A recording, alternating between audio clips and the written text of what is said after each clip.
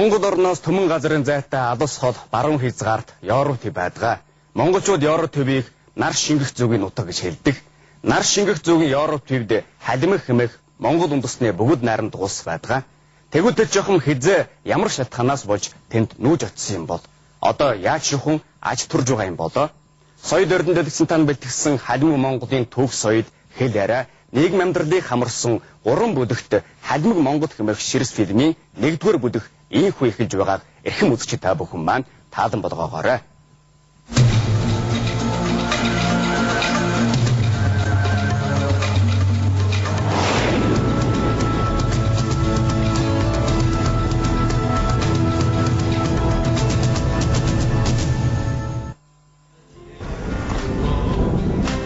Энэ бол Вадаг мөрөн. Монголчуудын хэлдэг ижил мөрөн юм. Торгоцчуудаас их нутагдан бүтсэн төвдтэй. Чингис хааны их чирэг энэ мөрөнд агт хүлгэн усалж байсан билээ. Вадаг мөрний хөвөндөх Оросын Волгоград хот. Хуучин нэр нь Сталинград гэдэг энэ хотоос 150 км-ийн зайд Оросын холбооны бүгд найрамдах халимх улс байдаг. Халимх улс Европ төвийн баруун хэсэгт Вадаг мөрний доор дурсгалд байрладаг билээ. Бүгд найрамдах халимх улс 30 гаруй түмэн хүнтэй. Халимх хүн 16 түн байж, жууна 45-ыг ажилдаг. Орос хүн 12 түн байж, жууна 37-ыг ажилсан. Үүнээс гадна Чечин, Татар зэрэг бусад үндэстний хүн 4 түн бий.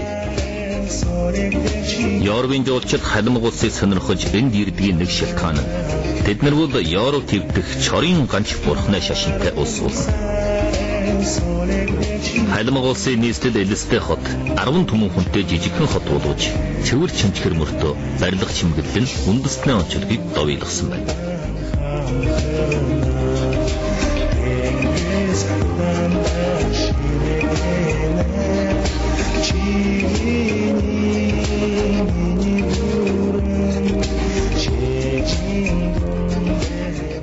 Харин тэгтэр халимх гэсэн нэр бол манай өөрнүүдийн бас нэг нэр байна.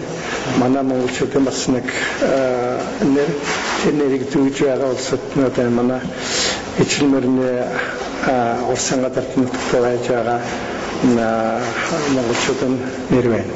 Өөрөд халимхчин үндэнд ийг ойрлож байна. Тэр ойрдын нэг хэсэг нь Европод очоод бол халимх болчихсон. Чул халимгаас нэг хэсэг нь бочиж ирээд эргээд Шинжаангийн одоо тэр юунэ Баянголын тэр жоо болчихсон. Энэ хоорондоо мөрийг ойрлож байна хэлмэлээ.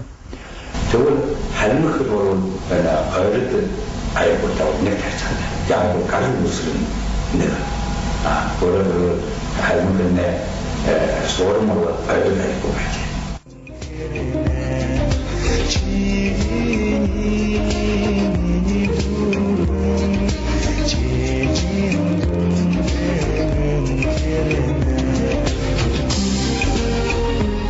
Үндэсний онцлогтой барилгаас гадна элэстэй хотод дэлхийн шатрын хот гэдэг олон сайхан гэр барилгатай Европ маягийн томоохон тойрог байдаг.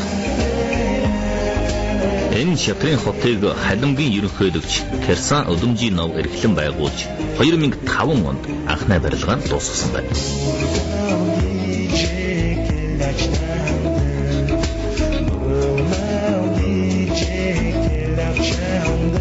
Биднийг халимгад байгаа хугацаанд элэстэй хотод олон улсын багчууд хүүхдийн дэлхийн шатрын уралдаан явагдлаа.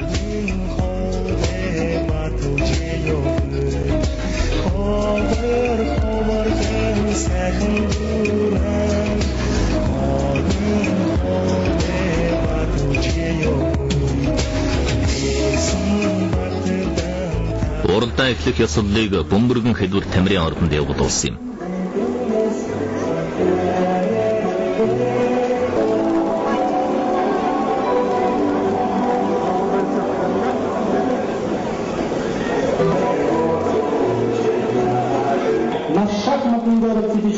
Принимает гостей, юношей и девушек, участников первого.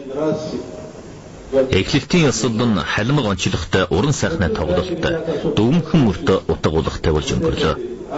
Дэлхийн эд улс орноос ирсэн 400 гаруй хүүхэд энэ удааны уралдаанд хүрэлцэн ирсэн байна.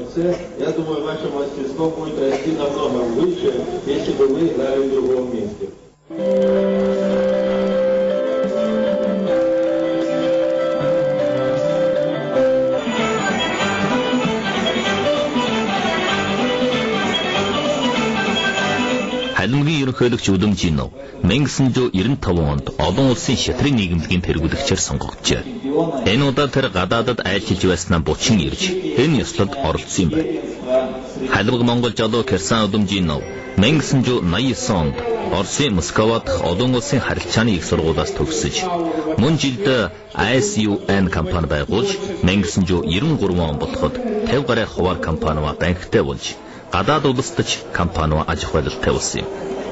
1993 онд тэр Оросын аж ахуйлалтын нарын холбоот хурлын тэргүүлэгчээр сонгогджээ.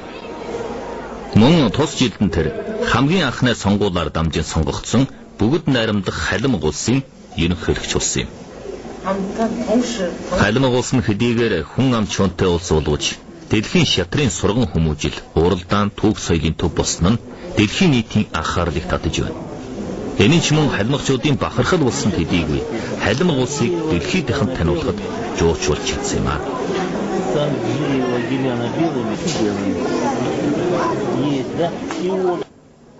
1995 онд Удамжинов ерөнхийлөгчийн жарлага болгож шатрыг халимаг улсын сурах насны хүүхдийн заавал сурах ёстой хичээл болгосон байна.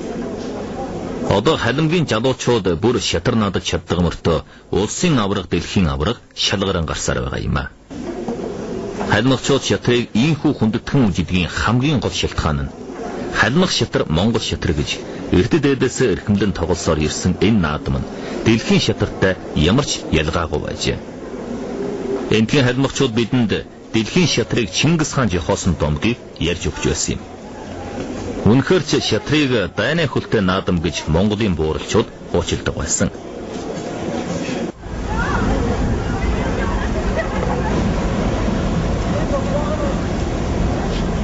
Нятны 10 дугаар сард халимгийн ерөнхийлөгч Керсан Удамжинов урлагаар Өвөр Монголд айлчлах таширмаар Өвөр Монголын их сургуульд тусгайлан ирж хоёр улс орны соёл сургууль хүмүүжлийн харьцааг чангатгах тухай Өвөр Монголын их сургууль ба халимаг их сургууль оюутан солирчиж хүмүүжүүлэх тухай хэлэлцээ хийж оюутнуудад яраа илтгэл хийхдээ бас шатрын тухай тусгайлан дурдсан байна.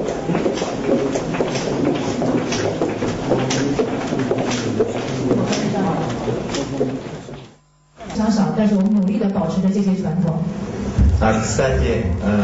Дэлхийн шатрын үүслийн тухай олон янзаар хэлэлцдэг. Герман Иранаас үүссэн гэдэг. Бусад улс орноос үүслээ гэж хэлдэг хүн бас жөндөөн бий. Түрүүхэн Монгол улсаас дэлхий дээрх хамгийн эртний шатрыг олсон байна. Одоогоос 3500 жилийн өмнөх хамгийн эртний шатар Монголоос олдсон болохоор шатар Монголоос үүссэн гэдгийг бид итгэж байна. Тиймээс Монгол хүн бүхэн шатар тоглож сурах ёстой.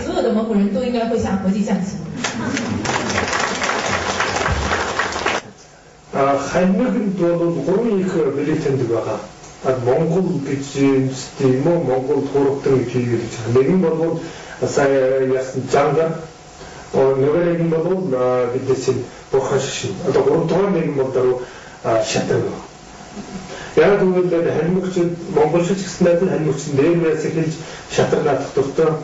Тэгээд бол шатрын аврагаас бол халимгаас өмнө гэж гасан. Халимгад Оросын шатрын авраг, олон улсын шатрын авраг болсон монгол хүн олон байдаг. 1978 онд